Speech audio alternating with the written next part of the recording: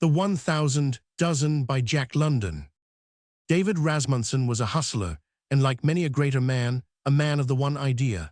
Wherefore, when the clarion call of the North rang on his ear, he conceived an adventure in eggs and bent all his energy to its achievement. He figured briefly and to the point, and the adventure became iridescent-hued, splendid. That eggs would sell at Dawson for $5 a dozen was a safe working premise. Whence it was incontrovertible that 1,000 dozen would bring, in the golden metropolis, $5,000. On the other hand, expense was to be considered, and he considered it well, for he was a careful man, keenly practical, with a hard head and a heart that imagination never warmed. At 15 cents a dozen, the initial cost of his 1,000 dozen would be $150, a mere bagatelle in face of the enormous profit. And suppose, just suppose, to be wildly extravagant for once, that transportation for himself and eggs should run up $850 more.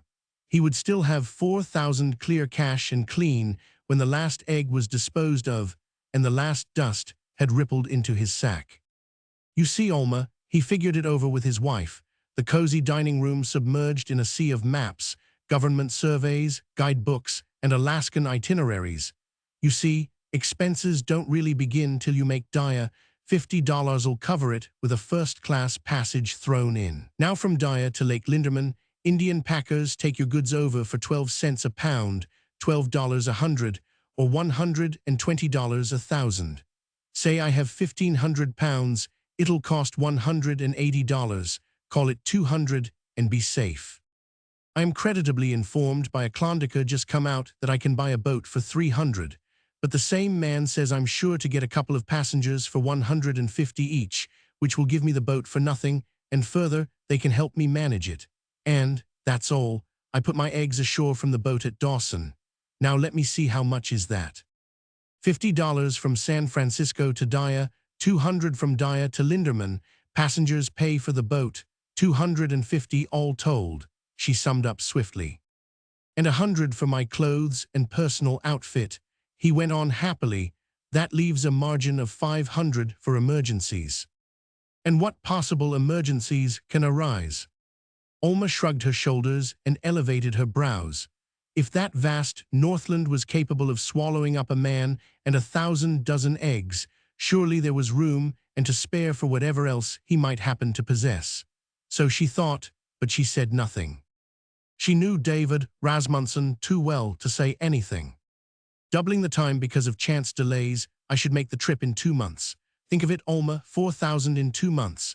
Beats the paltry 100 a month I'm getting now. Why, we'll build further out where we'll have more space, gas in every room and a view, and the rent of the cottage'll pay taxes, insurance, and water, and leave something over. And then there's always the chance of my striking it and coming out a millionaire. Now tell me, Alma, don't you think I'm very moderate? And Alma could hardly think otherwise. Besides, had not her own cousin, though a remote and distant one to be sure, the black sheep, the harum-scarum, the ne'er-do-well, had not he come down out of that weird north country with 100,000 in yellow dust, to say nothing of a half-ownership in the hole from which it came. David Rasmussen's grocer was surprised when he found him weighing eggs in the scales at the end of the counter, and Rasmussen himself was more surprised when he found that a dozen eggs weighed 1.5 pounds, 1,500 pounds for his 1,000 dozen. There would be no weight left for his clothes, blankets, and cooking utensils, to say nothing of the grub he must necessarily consume by the way. His calculations were all thrown out, and he was just proceeding to recast them when he hit upon the idea of weighing small eggs.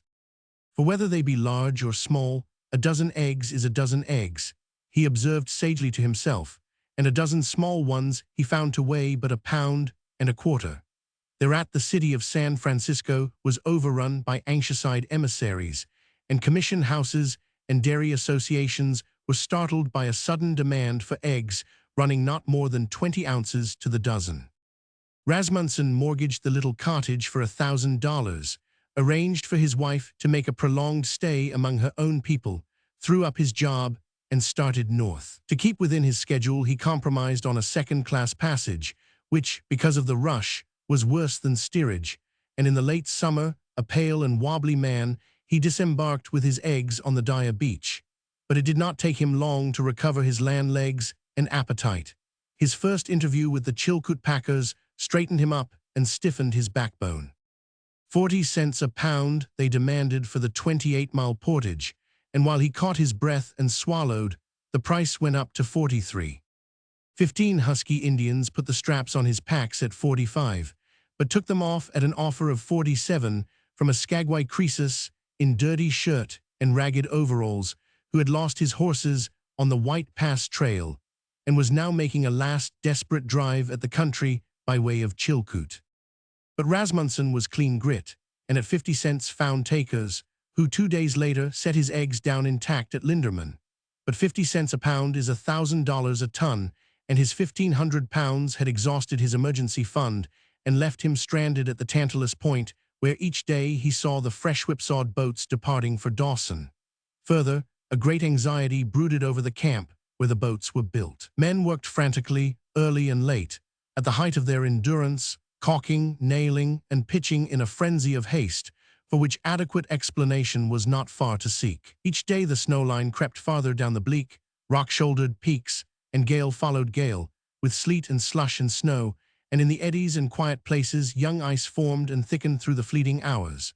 And each morn toil-stiffened men turned wan faces across the lake to see if the freeze-up had come. For the freeze-up heralded the death of their hope, the hope that they would be floating down the swift river air navigation closed on the chain of lakes. To harrow Rasmussen's soul further, he discovered 3 competitors in the egg business. It was true that one, a little German, had gone broke and was himself forlornly backtripping the last pack of the portage, but the other 2 had boats nearly completed and were daily supplicating the god of merchants and traders to stay the iron hand of winter for just another day. But the iron hand closed down over the land. Men were being frozen in the blizzard which swept Chilkoot, and Rasmussen frosted his toes ere he was aware. He found a chance to go passenger with his freight in a boat just shoving off through the rubble, but 200 hard cash was required, and he had no money. "I thank you, just wait one little while," said the Swedish boat builder, who had struck his Klondike right there and was wise enough to know it. "One little while, and I make you a tam fine skiff boat, sure Pete." With this unpledged word to go on, Rasmussen hit the back trail to Crater Lake, where he fell in with 2 press correspondents whose tangled baggage was strewn from Stone House, over across the pass, and as far as Happy Camp. "Yes," he said with consequence, "I've 1,000 dozen eggs at Linderman, and my boat's just about got the last seam caulked. Consider myself in luck to get it. Boats are at a premium, you know, and none to be had."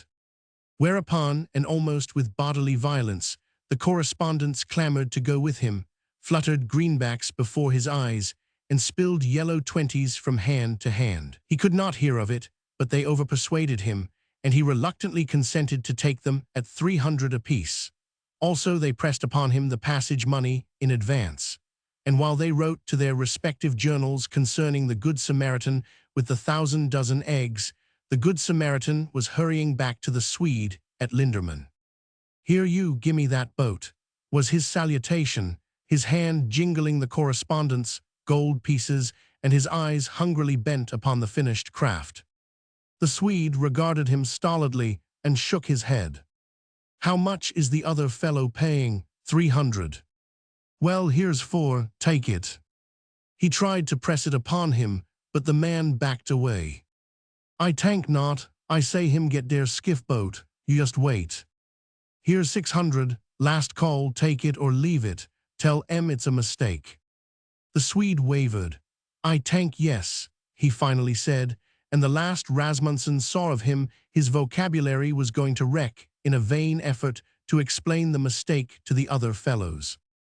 The German slipped and broke his ankle on the steep hogback above Deep Lake, sold out his stock for $1 a dozen, and with the proceeds hired Indian packers to carry him back to Daya.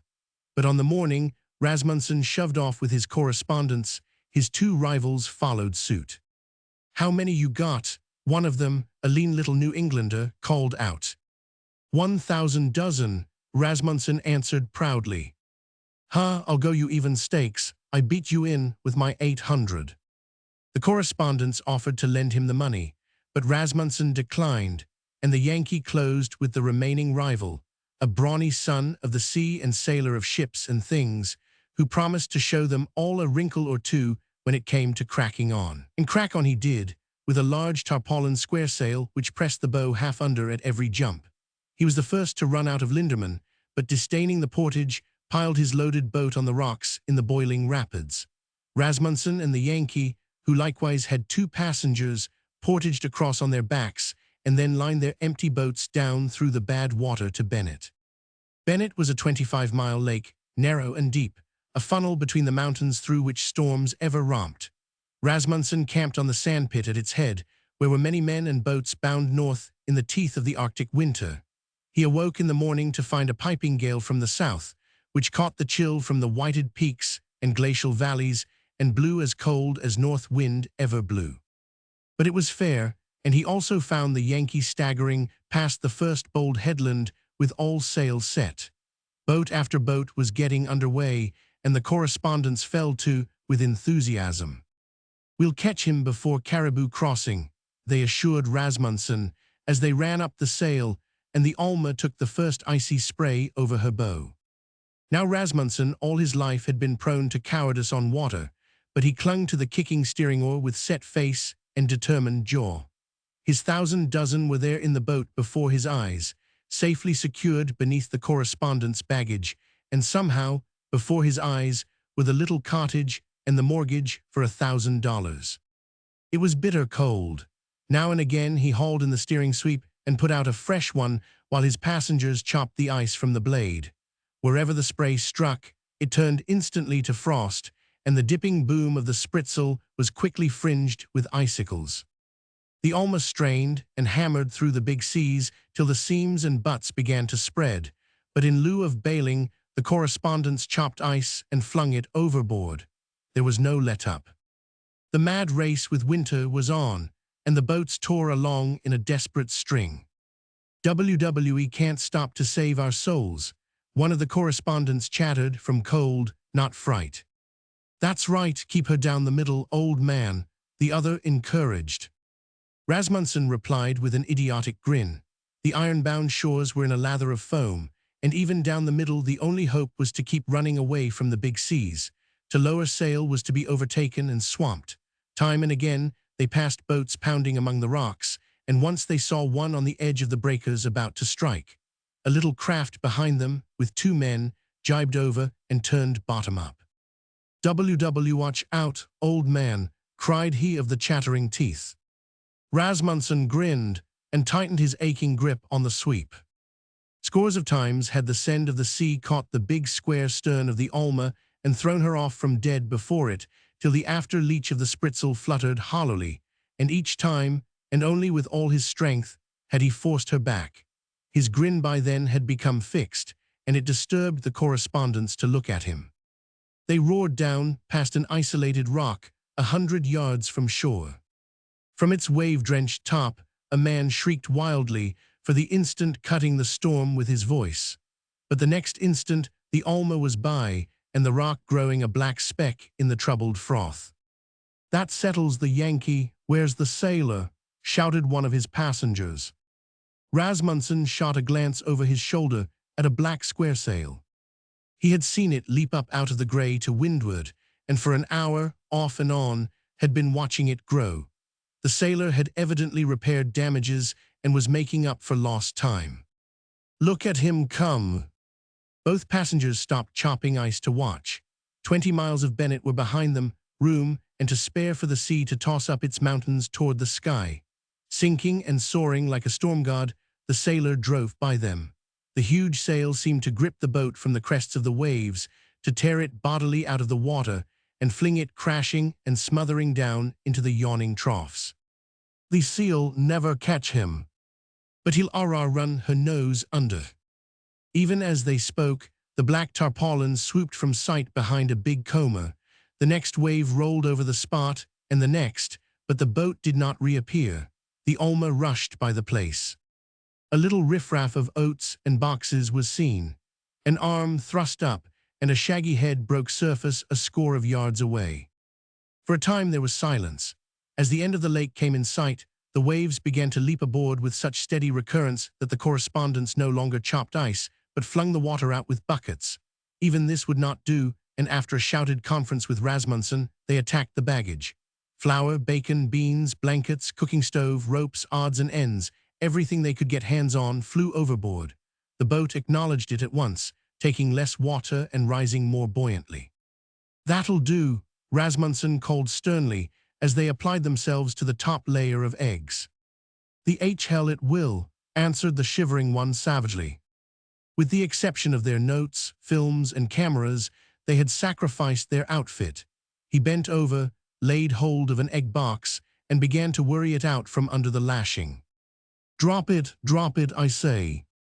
Rasmussen had managed to draw his revolver, and with the crook of his arm over the sweep head, was taking aim. The correspondent stood up on the thwart, balancing back and forth, his face twisted with menace and speechless anger. "My God!" So cried his brother correspondent, hurling himself, face downward, into the bottom of the boat. The Alma, under the divided attention of Rasmussen, had been caught by a great mass of water and whirled around. The afterleach hollowed, the sail emptied and jibed, and the boom, sweeping with terrific force across the boat, carried the angry correspondent overboard with a broken back. Mast and sail had gone over the side as well. A drenching sea followed as the boat lost headway, and Rasmussen sprang to the bailing bucket. Several boats hurtled past them in the next half hour, small boats, boats of their own size, boats afraid, unable to do aught but run madly on. Then a 10-ton barge, at imminent risk of destruction, lowered sail to windward and lumbered down upon them. Keep off," Rasmussen screamed. But his low gunwale ground against the heavy craft, and the remaining correspondent clambered aboard. Rasmussen was over the eggs like a cat, and in the bow of the Alma, striving with numb fingers to bend the hauling lines together. "Come on," a red-whiskered man yelled at him. "I've 1,000 dozen eggs here," he shouted back. "Gimme a tow, I'll pay you." "Come on," they howled in chorus. A big whitecap broke just beyond, washing over the barge and leaving the Alma half-swamped. The men cast off, cursing him as they ran up their sail. Rasmussen cursed back and fell to bailing. The mast and sail, like a sea anchor, still fast by the halyards, held the boat head-on to wind and sea and gave him a chance to fight the water out. 3 hours later, numbed, exhausted, blathering like a lunatic, but still bailing, he went ashore on an ice-strewn beach near Caribou Crossing. 2 men, a government courier and a half-breed voyageur, dragged him out of the surf, saved his cargo, and beached the Alma. They were paddling out of the country in a Peterborough and gave him shelter for the night in their storm-bound camp.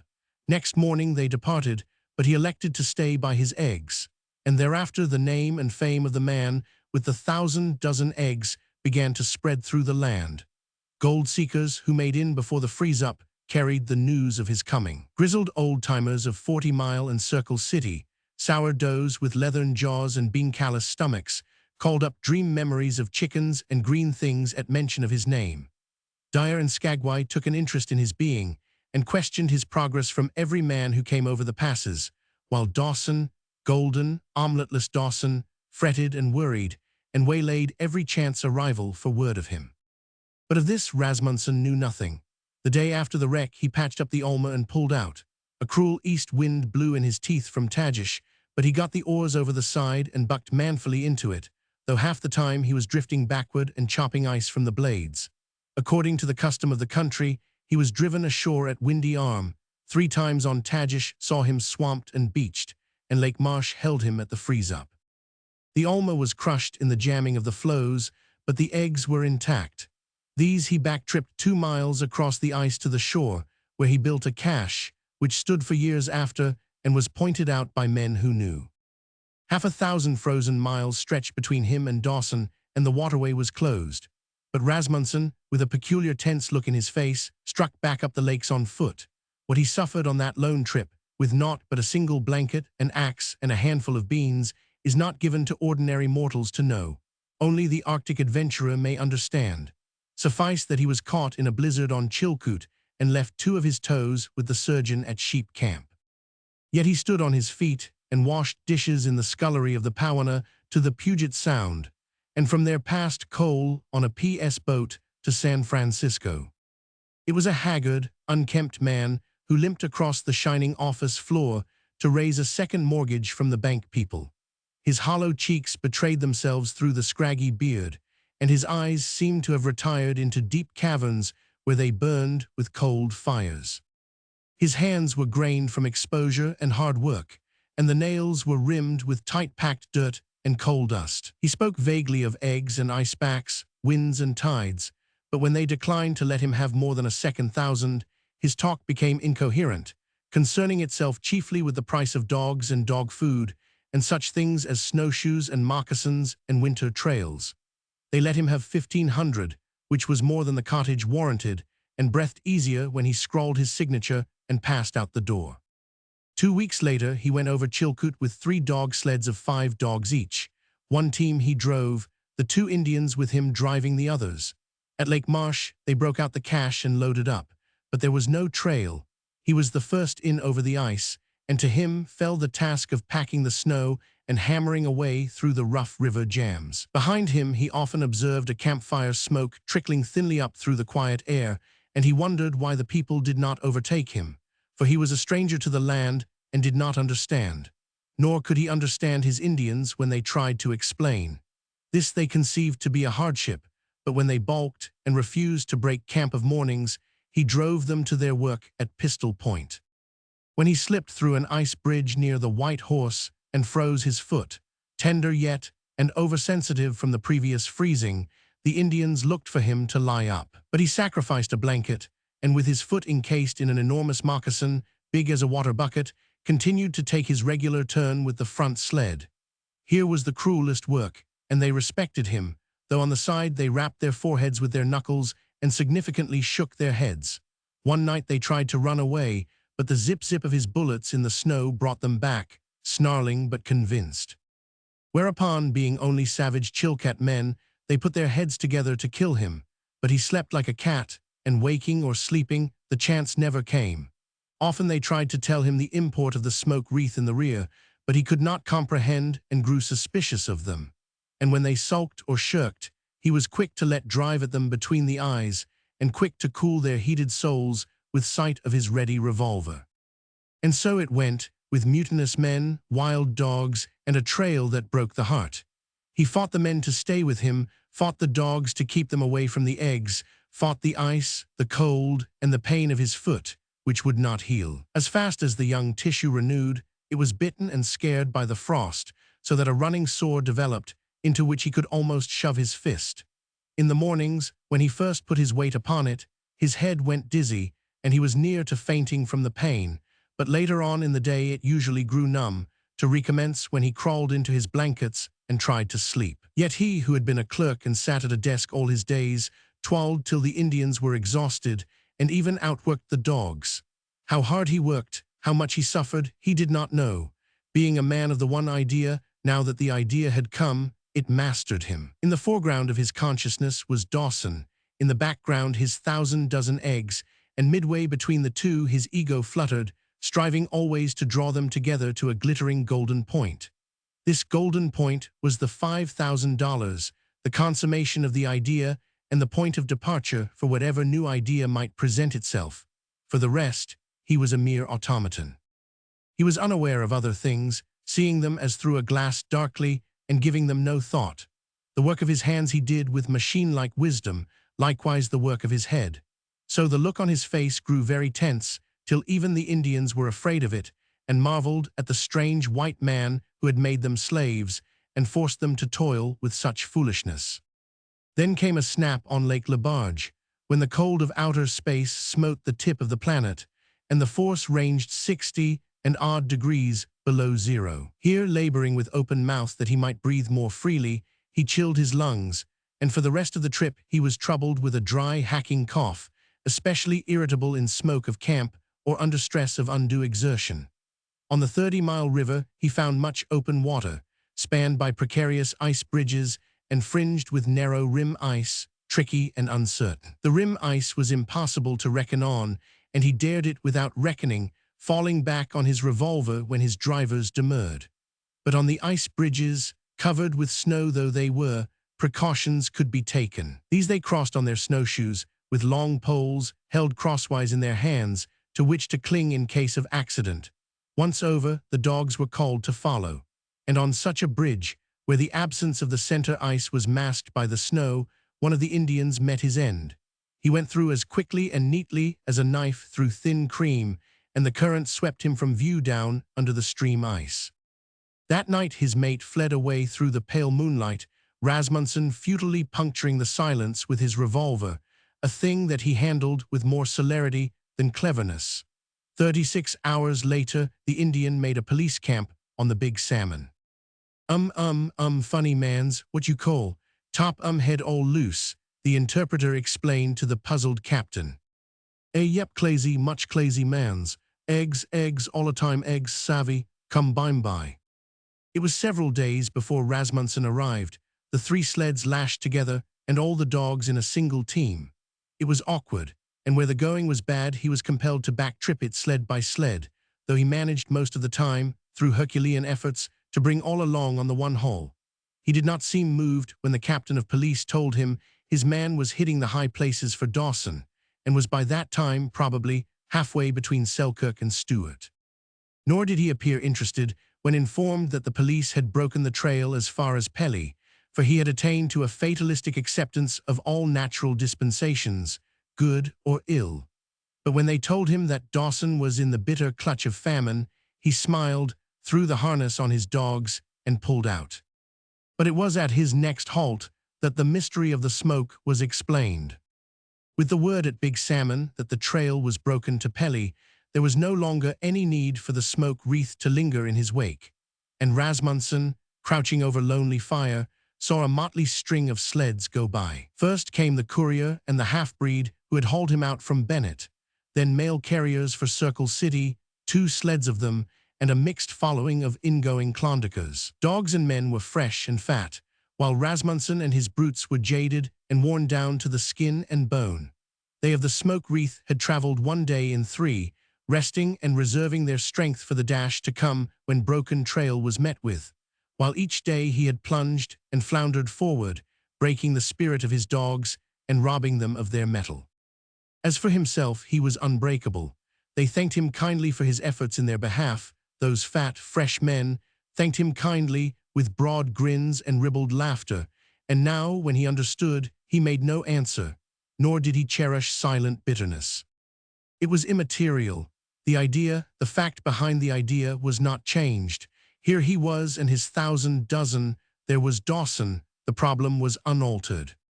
At the Little Salmon, being short of dog food, the dogs got into his grub, and from there to Selkirk he lived on beans, coarse, brown beans, big beans, grossly nutritive, which griped his stomach and doubled him up at 2-hour intervals. But the factor at Selkirk had a notice on the door of the post to the effect that no steamer had been up the Yukon for 2 years, and in consequence, grub was beyond price. He offered to swap flour, however, at the rate of a cupful of each egg, but Rasmussen shook his head and hit the trail. Below the post, he managed to buy frozen horse hide for the dogs, the horses having been slain by the Chilkat cattle men and the scraps and offal preserved by the Indians. He tackled the hide himself, but the hair worked into the bean sores of his mouth and was beyond endurance. Here at Selkirk, he met the forerunners of the hungry exodus of Dawson, and from there on they crept over the trail, a dismal throng. No grub was the song they sang, no grub and had to go, everybody holding candles for a rise in the spring. Flour $1 and a half a pound and no sellers. Eggs, one of them answered, $1 apiece, but there ain't none. Rasmussen made a rapid calculation. $12,000, he said aloud. Hey, the man asked.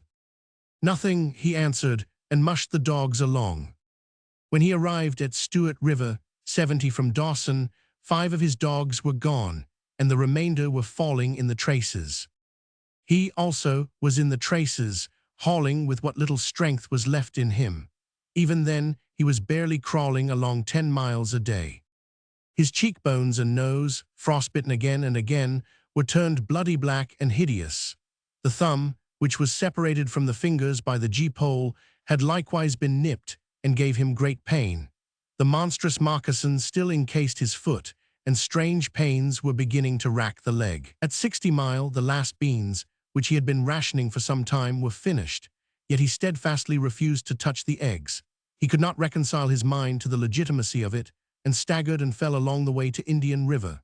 Here a fresh-killed moose and an open-handed old-timer gave him and his dogs new strength, and at Ainsley's he felt repaid for it all when a stampede, ripe from Dawson in 5 hours, was sure he could get $1.25 for every egg he possessed.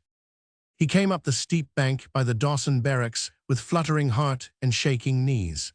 The dogs were so weak that he was forced to rest them, and waiting, he leaned limply against the G-pole.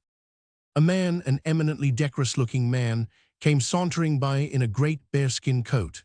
He glanced at Rasmussen curiously, then stopped and ran a speculative eye over the dogs and the 3 lashed sleds. "What you got?" he asked. "Eggs," Rasmussen answered huskily, hardly able to pitch his voice above a whisper. "Eggs, whoopee, whoopee." He sprang up into the air, gyrated madly, and finished with half a dozen war steps.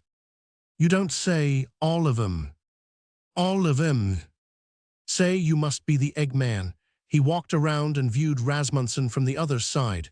"Come now, ain't you the Eggman?" Rasmussen didn't know, but supposed he was, and the man sobered down a bit. "What do you expect to get for 'em?" he asked cautiously. Rasmussen became audacious. $1.50, he said. "Done," the man came back promptly. "Gimme a dozen." I mean $1.50 apiece," Rasmussen hesitatingly explained. "Sure, I heard you. Make it 2 dozen. Here's the dust." The man pulled out a healthy gold sack the size of a small sausage and knocked it negligently against the G-pole. Rasmussen felt a strange trembling in the pit of his stomach, a tickling of the nostrils, and an almost overwhelming desire to sit down and cry. But a curious, wide-eyed crowd was beginning to collect, and man after man was calling out for eggs. He was without scales, but the man with the bearskin coat fetched a pair and obligingly weighed in the dust, while Rasmussen passed out the goods. Soon there was a pushing and shoving and shouldering and a great clamor. Everybody wanted to buy and to be served first. And as the excitement grew, Rasmussen cooled down. This would never do. There must be something behind the fact of their buying so eagerly. It would be wiser if he rested first and sized up the market. Perhaps eggs were worth $2 apiece. Anyway, whenever he wished to sell, he was sure of $1.50. "Stop," he cried, when a couple of hundred had been sold. "No more now, I'm played out. I've got to get a cabin, and then you can come and see me." A groan went up at this, but the man with the bearskin coat approved. 24 of the frozen eggs went rattling in his capacious pockets, and he didn't care whether the rest of the town ate or not. Besides, he could see Rasmussen was on his last legs. "There's a cabin right around the second corner from the Monte Carlo," he told him. "The one with the soda bottle window. It ain't mine, but I've got charge of it. Rent's for 10 a day and cheap for the money. You move right in, and I'll see you later. Don't forget the soda bottle window." "Tra-la-loo," he called back a moment later. "I'm going up the hill to eat eggs and dream of home." On his way to the cabin, Rasmussen recollected he was hungry and bought a small supply of provisions at the NAT&T store, also a beefsteak at the butcher shop and dried salmon for the dogs. He found the cabin without difficulty and left the dogs in the harness while he started the fire and got the coffee underway. $1.50 apiece, 1,000 dozen, $18,000. He kept muttering it to himself over and over as he went about his work. As he flopped the steak into the frying pan, the door opened. He turned. It was the man with the bearskin coat.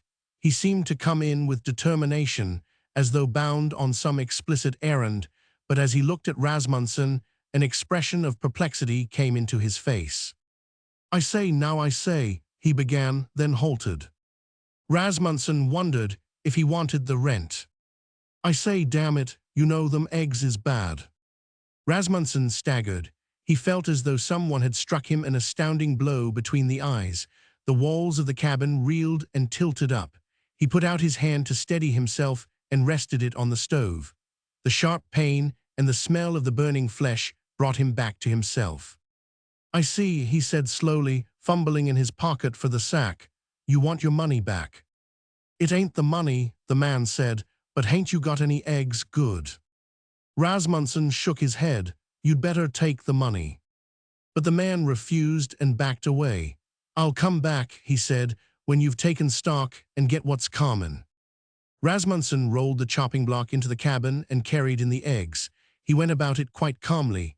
He took up the hand axe and one by one chopped the eggs in half. These halves he examined carefully and let fall to the floor. At first, he sampled from the different cases, then deliberately emptied one case at a time. The heap on the floor grew larger. The coffee boiled over, and the smoke of the burning beefsteak filled the cabin. He chopped steadfastly and monotonously till the last case was finished.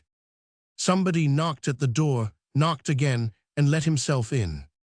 "What a mess," he remarked as he paused and surveyed the scene. The severed eggs were beginning to thaw in the heat of the stove, and a miserable odor was growing stronger. "Must a happened on the steamer," he suggested. Rasmussen looked at him long and blankly. "I'm Murray, Big Jim Murray, everybody knows me," the man volunteered. "I'm just hearin' your eggs is rotten, and I'm offerin' you 200 for the batch. They ain't good as salmon, but still they're fair scoffin' S for dogs." Rasmussen seemed turned to stone. He did not move. "You go to hell," he said passionlessly. "Now just consider. I pride myself it's a decent price for a mess like that, and it's better 'en nothin'. 200, what you say?" "You go to hell," Rasmussen repeated softly, "and get out of here." Murray gaped with a great awe, then went out carefully, backward, with his eyes fixed in the other's face. Rasmussen followed him out and turned the dogs loose. He threw them all the salmon he had bought and coiled a sled lashing up in his hand. Then he re-entered the cabin and drew the latch in after him. The smoke from the cindered steak made his eyes smart. He stood on the bunk, passed the lashing over the ridgepole, and measured the swing-off with his eye. It did not seem to satisfy, for he put the stool on the bunk and climbed upon the stool. He drove a noose in the end of the lashing and slipped his head through. The other end he made fast, then he kicked the stool out from under.